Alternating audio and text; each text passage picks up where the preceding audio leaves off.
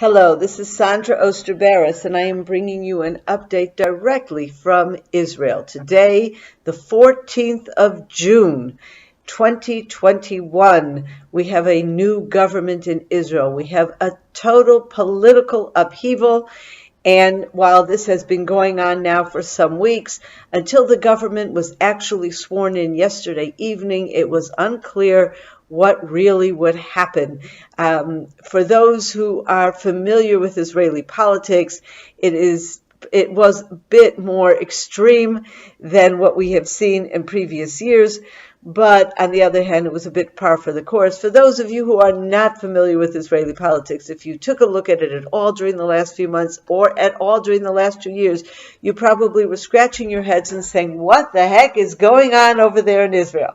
So I'd like to explain today what happened, a bit of the background in our political system, and my vision for the future, which of course is full of question marks, but I will share with you some of the analyses that I have come up with. So first of all, a bit of background on the political system. For those of you who are not familiar, Israel is a parliamentary system, which means that we don't vote directly for a prime minister.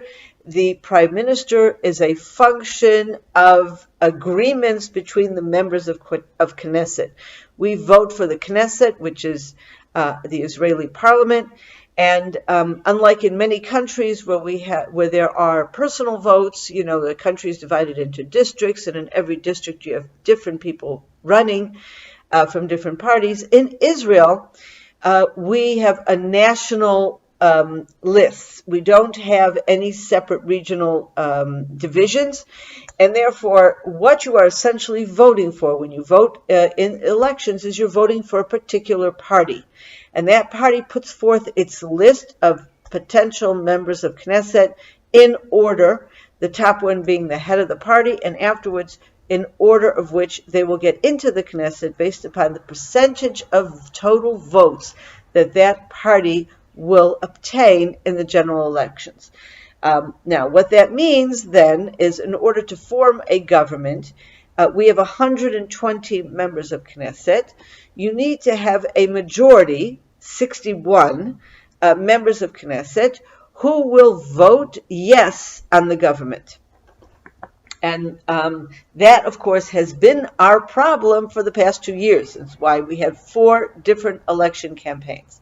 Because even though in each campaign, the Likud was the largest party, and Benjamin Netanyahu, who was the head of the Likud, who is the head of the Likud, was seen as the likeliest candidate to form a government and therefore to be the prime minister, each time he was unable to form a government.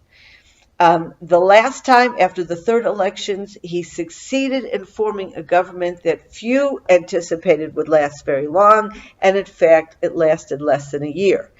In that government, the Likud joined up with Benny Gantz, who split from the larger blue and white party and took with him a smaller faction of members of Knesset. He had a total of 17 members of Knesset, and despite the fact that he had far fewer members of Knesset than the Likud, who had almost double the members of Knesset, they created something called a parity. I don't even know what that word is in English. I don't even know what it means in Hebrew.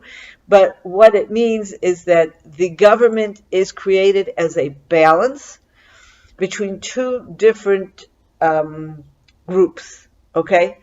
And each group gets equal power. And they had a rotation agreement where Netanyahu was supposed to be the prime minister first, but at the same time, Benny Gantz was the alternate prime minister and would become prime minister halfway through the term. From the beginning, that government was fighting. They had absolutely no agreements, and there was a sense in the government of all the parties, or most of the parties, not the religious parties and not the Likud, of course, but in the other parties, those who are more in Gantz's line, that they could not trust Netanyahu, that he made promises and commitments that he did not keep. Prior to this, however, Netanyahu has had a history of alienating people within his own party or within his own ideological camp that he views as a threat. Some of those people, Avigdor Lieberman, who was once a minister from the Likud, he was once the CEO of the Likud, ended up leaving and forming his own party years ago. But for many of those years, he continued to cooperate with the Likud.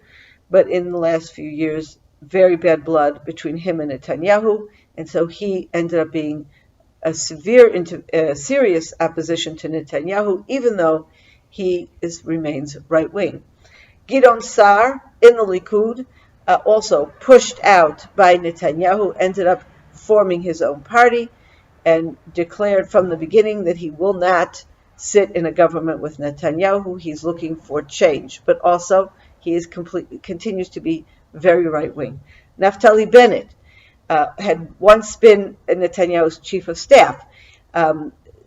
Very bad blood between them, very unclear what happened there. People intimate that it has something to do with Netanyahu's wife, but whatever the case, very bad blood between them, and Bennett has been the head of right-wing parties, had different names, basically religious Zionist parties, and he has been, throughout these past few years, also treated miserably by Netanyahu, to the extent that this last government, even though Bennett was very right-wing, in fact, he's more right-wing than Netanyahu did not include him in his government. So that just gives you a bit of the background of what we're talking about. We went into these elections, fourth election, with a lot of very, very bad feeling between the politicians.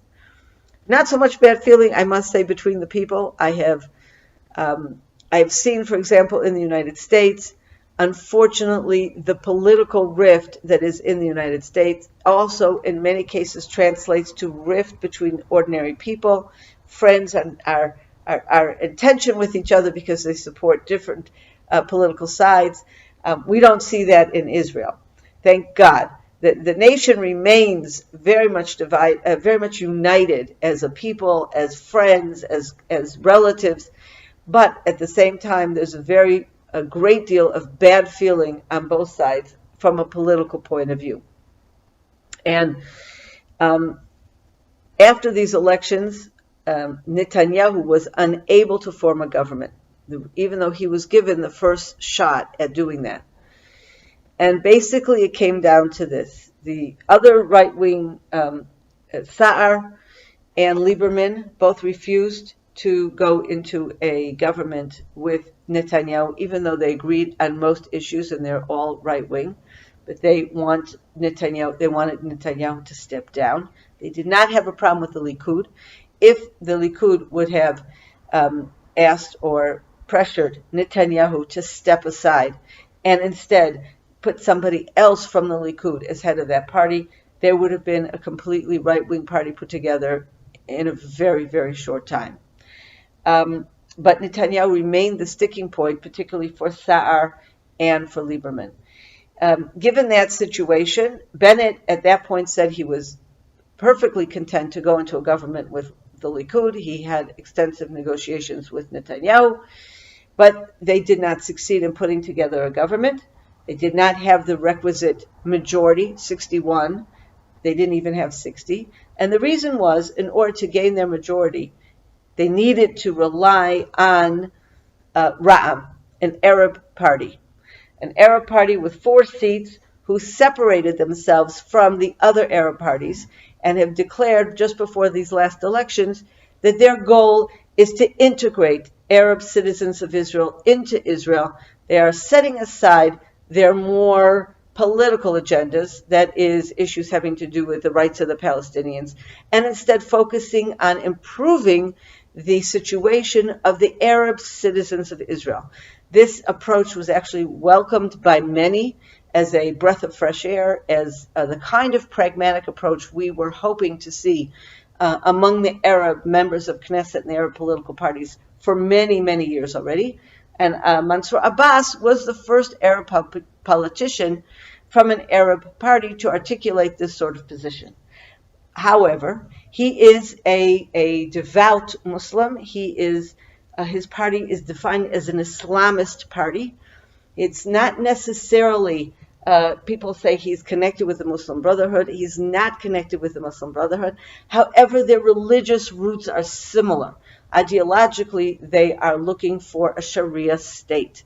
Now, there's no question that Mansour Abbas is very aware that Israel will never be a Sharia state. This is more his religious ideology than it is his political reality. But at the same time, he is an Arab and he has different ways of looking at things. He's certainly not a Zionist. And this could certainly become a problem. As a result of this problem, Smotrich, who's the head of one of the right-wing parties, a religious Zionist party, which used to be together with Bennett and split off, this party decided they would not join a government where they were going to be relying on Ra'am, on the Arab party. And therefore, Bibi Netanyahu was in a bind. He did not have a government without having both the religious Zionist party and Ra'am, the Arab party, in addition to Bennett. And Bennett said all along he will join with Netanyahu. He will go and have Netanyahu as a prime minister, provided he can put together a party. But the deadline came and went, and Netanyahu was unable to form a party, to form a government. Then things moved over to the other side, to Yair Lapid. And here's when the twist came in. Because Yair Lapid himself did not have a majority without bringing in the right-wing parties of Bennett, which is Yamina, of Gidon Sa'ar, and Avigdor Lieberman. Without those three right-wing parties, he was not going to have a government. At the same time, he definitely needed to also have, Yair Lapid himself is a center party. There's another center party led by Gantz. They were once in the same party. They have since split, but they are both center parties. And what that means is the members of Knesset that make up their party are both, there are some that are right-wing, there are some that are left-wing, and there are some that are in the middle. In fact, many people say that the main thing that unites them all is the fact that they want to get rid of Netanyahu. Okay? But he also needed to include left-wing parties, far left-wing parties like Labor and Meretz. And of course, in addition, he needed to rely on that same 4 seats of Ra'am, the Arab party, who was standing there, a different sort of Arab party. And this, of course, was the problem. Can he put together a government that covers this wide spread? Now, the sad situation here is that the whole process of putting together the Israeli government had almost nothing to do with ideology, okay? Because if you counted the members of Knesset who were right-wing, you had an overwhelming majority. You had 65 members of Knesset who were in right-wing parties, an additional quite a few other right-wing people who were sitting in the center parties. So if you're looking just at how many right-wing members of Knesset, you would have 70 or 75 members of Knesset, a clear majority. The only reason that we could not put together a right-wing party is because of those right-wing people. There were quite a number who refused to continue working under Netanyahu. And for this, I have to say something about Netanyahu. Netanyahu was probably the most popular, he was once the most popular, he was probably the most talented prime minister we have ever had. The amazing progress that he made brought Israel economically, relations with other countries, beginning with economic relations, where he built Israel to a point where nations that may have been against Israel for political reasons joined in relations with Israel because they realized they could benefit economically from this kind of relationship with Israel. And of course, chief among those kinds of countries were the Gulf states who recently entered into treaties and recognize Israel. They did not do it because they became a Zionist. They did it because they realized, number one, they have a common enemy in Iran, and number two, economically, they can benefit tremendously by cooperating with Israel. And these are the kinds of developments that we can certainly credit Netanyahu with moving forward. Of course, at Foundation is a amazingly talented group of people here in the state of Israel. Our high-tech industry is, leader in the world, and that is, of course, something that has drawn the attention of so many countries. But it was Netanyahu who, in a very clever combination of diplomacy and building relationships with individual leaders around the world, really brought this to an enormous successful point. On the other hand, unfortunately, in the last couple of years in particular, we have seen Netanyahu's ego get the best of him. And unfortunately, what that means is that he was disparaging, he was unwilling to cooperate, he would lie way beyond what is acceptable even in politics. At the end of the day, and I'm not here to pass out judgment on anybody, but the fact of the matter is there were all these people in the right who refused to sit with Netanyahu in the government, and at the same time, these same people were happy to sit with Likud in the government under a Likud leadership, with a prime minister from the Likud. These people were not looking themselves to be prime minister. They wanted a government that they felt would function, and they felt a government led by Netanyahu would not function. A government led by anybody else from Likud they would be willing to support.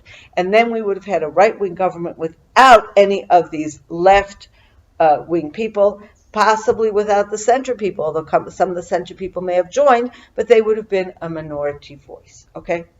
With that situation, in the end, Bennett became prime minister, even though Bennett only had 7 seats in the Knesset, and of those 7, 1 refused to go along with this new government because it included so many far left and this Arab party.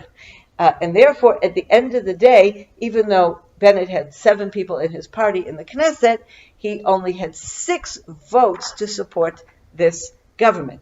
And it is absolutely unprecedented for someone who has so few people in his own party supporting the government to be prime minister. Typically, it's either the person with the largest number of seats or the second largest number of seats. And that's usually in the high 20s or 30s at the very least, never 6. Okay? The reason, though, that Bennett became the prime minister was because he was somebody that could pull together the right with the left. Okay, the left only supported Bennett because they want more than anything to get rid of Netanyahu, and they realized that Bennett was their only chance.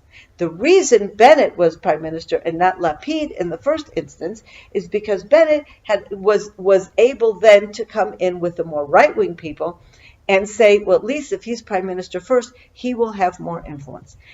In addition, the way the coalition agreements have played out, there is an equal balance to the right wing as to the center and the left, even though the right is a minority.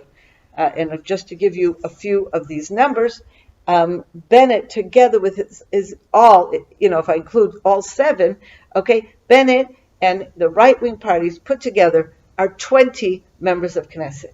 Lapid and Gantz put together are 25 members of Knesset. The left wing are 13, the Arab are 4. Okay? So in this government, we have a clear majority for the center. The right is more than the left, okay? But still, the majority is the center. And what enabled this to happen was because there's a very good relationship between Bennett and Lapid. And they were the ones that basically put this agreement together. Bennett is the prime minister in the first instance, and Lapid is the prime minister in the second instance. Excuse me, I forgot to silence my phone. Okay, so That's what we have today. We have a new government. Naftali Bennett is the new prime minister. He will be a prime minister for roughly 2 years, after which uh, Yair Lapid will become the prime minister. They have agreed that on issues that divide them, they will not be doing anything radical to change the status quo in any direction. And if we're talking about the communities in Judea and Samaria, what they have pledged is that there will be no radical peace plans that takes down any settlements or makes any changes to the status in Judea and Samaria. However, by the same token, there aren't going to be new communities or massive expansions. There will probably be continued gradual expansion based on what is called natural growth. Now, when we look at the situation in Judea and Samaria, on the one hand, we're very disappointed. We would have much preferred a right-wing government that would at least ostensibly go forward on expanding the communities, pushing forward towards sovereignty, and all the other things that we have been hoping for. However, I have to just add one word here, okay? I can tell you personally that I was very disappointed with Netanyahu. Netanyahu promised two things during these past election campaigns. Before the election campaign 2 years ago, okay, he promised, and this was as part of Trump's plan of the century.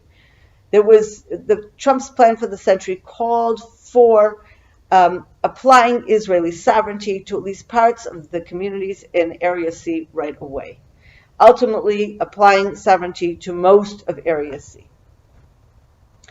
Netanyahu, immediately after the announcement of that plan, promised the Israeli people that by July 1st of 2019, he would apply sovereignty to at least parts of Area C.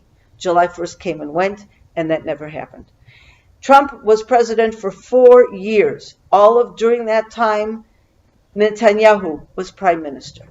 Our anticipation during that time was that Netanyahu would take advantage of the amazing favor that we had in Washington to push forward expansion of communities, to push forward sovereignty, and to push forward the legalization of what I refer to as the small pioneering communities. There's a number of communities that for technical reasons only, or technical political reasons only, have never been given final legal status. These are communities that exist. These are communities that the government has basically unofficially given support to, and yet they have not been given legal status, which tremendously hinders their ability to build permanent homes, to have proper infrastructure. In some places, they are still using electricity from a generator, which makes it very, very difficult for the people living there. The governments all along, the right-wing governments, have encouraged them to be there. And yet, the simple act of legalizing, which literally means signing a piece of paper, that's it. The government, the prime minister would have to sign a piece of paper saying, yes, these are legal communities. All that would need to be done. And Netanyahu, even though he promised it over and over and over again, including issuing a full list of all of the communities that he was going to be illegalizing, and he did that more than 2 years ago. We are still waiting. He is now no longer the prime minister, and he did not do that. So today, when I hear that Bennett is probably not going to be able to do that because of these coalition agreements and this odd government that he has gone into, that includes the far left and this small Arab party. On the one hand, I'm very disappointed, but on the other hand, if I look at my alternative, Netanyahu wasn't doing that either. Netanyahu promised over and over again and reneged on those promises over and over again. Where does this leave us today? Okay. First of all, I think when we look at politics, we always have to keep in mind that politics at the end of the day is a combination of ideology and pragmatism. Everybody goes into an election, every party goes into a campaign stating its ideology. And that ideology is its wish list. Okay? And I know that Bennett's wish list is the same as my wish list. He was the head of the Yesha Council. the head of the council that coordinates all of the communities in Judea and Samaria. He was one of the foremost spokespersons for the communities in Judea and Samaria before he entered politics. Since entering politics, first of all, he's a religious Zionist. He has an amazing background. He grew up, his parents made Aliyah for purely idealistic reasons from the United States. He's in a religious family. He was a commander of one of the most elite commando units in the army. He is coming from all the right ideological background, and he continues to maintain the same ideology. He's also a religious man. By the way, he's the first religious Prime Minister of Israel, and that says something. I mean, he's a deeply religious man, and last night, in fact, after the government was sworn in, they had a very short ceremonial meeting of the government for the first time, and the first thing that Bennett did was to praise God with the traditional prayer, Shehecheyanu v'kiyamanu v'giyanu lazman hazeh. Thank you, God, for bringing us to this amazing moment in time.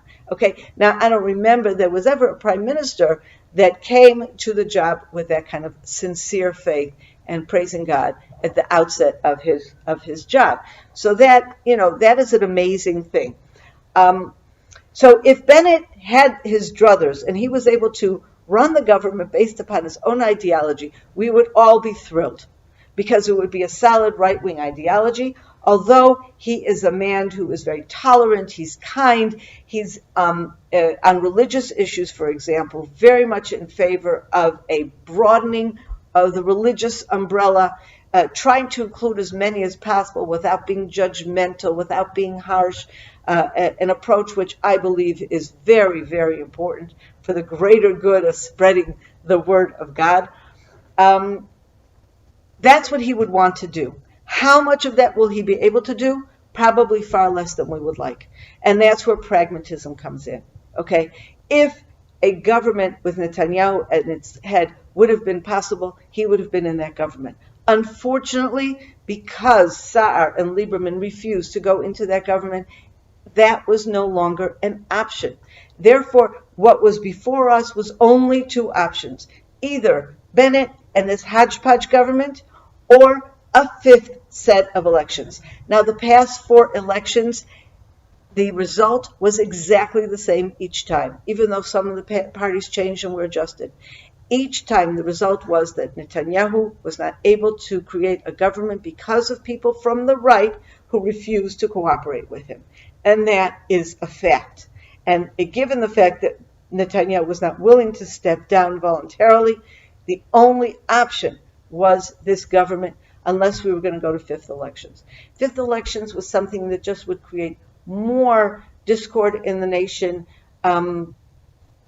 more protests, not to mention the enormous expense involved in elections. We have now, for 2 years, have not had a proper budget to run this country.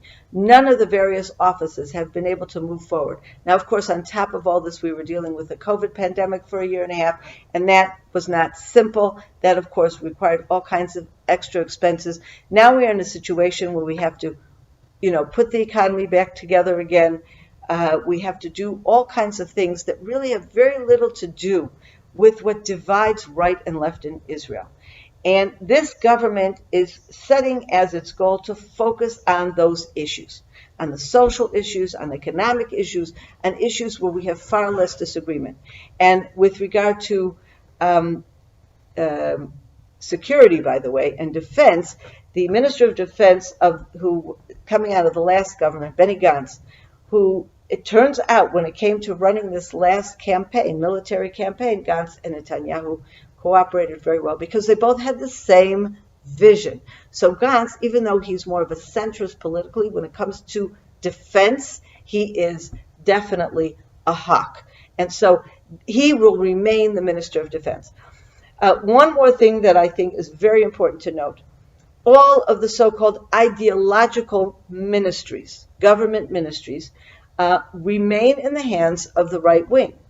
For example, the Justice Ministry, here very important, appointing judges, things that really affect how the country will view issues such as the legality of settlements and other sorts of issues. That is in the hands of Gideon Sa'ar, very much right wing.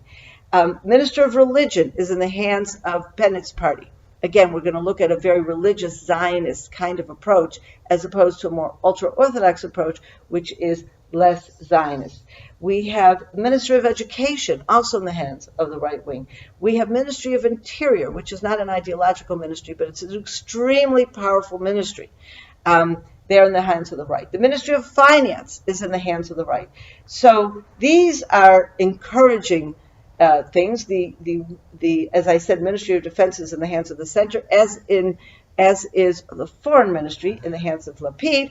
Once Lapid becomes Prime Minister, then Bennett will become Foreign Minister. So that is something that will be, that might affect the relationships with the United States, with Biden. But again, my sense is that Bennett and Lapid are going to be able to reach understandings and how to deal with it. We don't have Trump as a president anymore. Biden is left-wing. So in any case, the most right-wing prime minister is always going to have to make more compromises than they would like because of the nature of the relationships with the United States. So where do we go from here? It's very unusual what we have today, a very unusual situation. But I can say that the atmosphere yesterday among the various members of this government was positive. You could see there was positive chemistry between Lapid and Bennett and between all the others. I think the very fact that Netanyahu is no longer prime minister is going to cause a seismic switch within the Likud. We're already seeing movements there within that party to oust Netanyahu and to replace him with somebody else. And I hope that the Likud will be able to go back to its former glory and will have a leadership that will be someone that all the right-wing people and even the center people will be happy to cooperate with. And then we will be able to go back one day to a government that is more ideologically suited to most of the country. But at this point, I would say that most of the country does support this government because they want quiet. They just want to see a government that is functioning without fanfare, without fighting. Now, of course, the big question is, will this government last? If it is relying on such disparate parties with such different ideological positions, will pragmatism win out, or will some of the more left-wing, or even the Arab Party, begin to extort all kinds of things from this government that will ultimately lead it to failure? Only time will tell. And so for my part, I am giving Naftali Bennett the benefit of the doubt. I want to wish him well. I want to wish him every success. And I want to hope and pray that he is able to actually affect the policies that are part of his dream world, his ideals. I want him to be able to realize as much of those ideals as possible. More than that, all I can say is we will wait and see, and we need to pray. We need to pray that God will give Bennett the strength he needs, and that will give him favor to all the other members of the government, and maybe even bring them to compromises that need to be made from the left. Anyway, this is our update from Israel, June 14th, 2021, a historic day, the day just after our new government was sworn in, and we will keep you posted. Thank you, and many blessings. I hope you enjoyed that video, and we'd like to be sure you're getting all of our video content. So just click on the subscribe button below, as well as on the notification bell, and that way you will have easy access to all our material. We look forward to staying in touch with you. God bless you, and have a wonderful day.